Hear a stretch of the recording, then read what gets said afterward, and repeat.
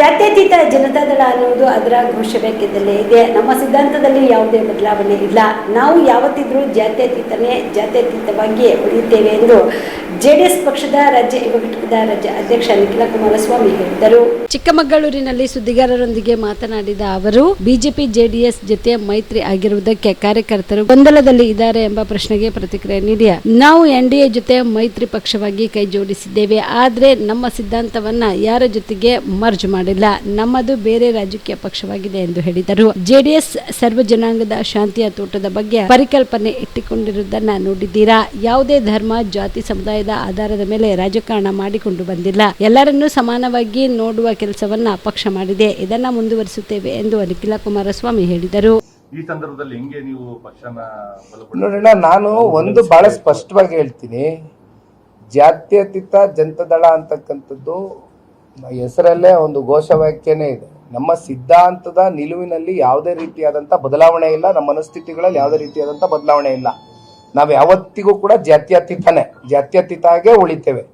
ಸರ್ವ ಜನಾಂಗದ ಶಾಂತಿಯ ತೋಟದ ಬಗ್ಗೆ ಪದೇ ಪದೇ ಸನ್ಮಾನ್ಯ ಕುಮಾರಣ್ಣ ಅವರು ನಂಬಿಕೆ ಇಟ್ಕೊಂಡು ಪುನರಚನೆ ಮಾಡಿರ್ತಕ್ಕಂಥದ್ದು ಕೂಡ ನೋಡಿದ್ದೀರಿ.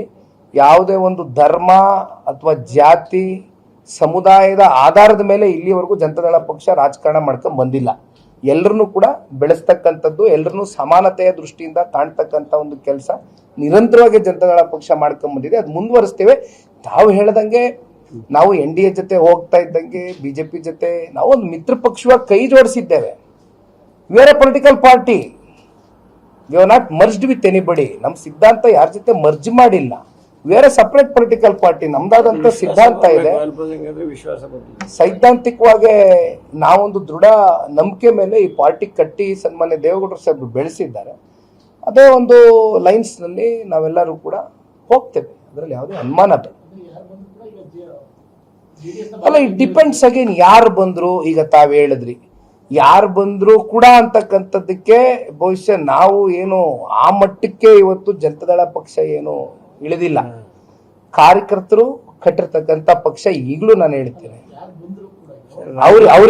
ಅವ್ರು ಯಾರು ಬಂದ್ರು ಅಂದ್ರೆ ಅವ್ರು ಯಾವ ರೀತಿ ಬಿಟ್ಟು ಹೋದ್ರು ಪಕ್ಷನ, ಯಾವ ಸನ್ನಿವೇಶದಲ್ಲಿ ಬಿಟ್ರು, ಯಾವ ಕಾರಣಕ್ಕೋಸ್ಕರ ಬಿಟ್ರು, ಅವ್ರು ಬಿಟ್ಟು ಹೋಗಬೇಕಾದ್ರೆ ಯಾವ್ಯಾವ ರೀತಿ ಸಾರ್ವಜನಿಕ ವಲಯದಲ್ಲಿ ನಿಂತ್ಕೊಂಡು ನಾನಾ ರೀತಿ ಚರ್ಚೆ ಮಾಡಿದ್ದಾರೆ,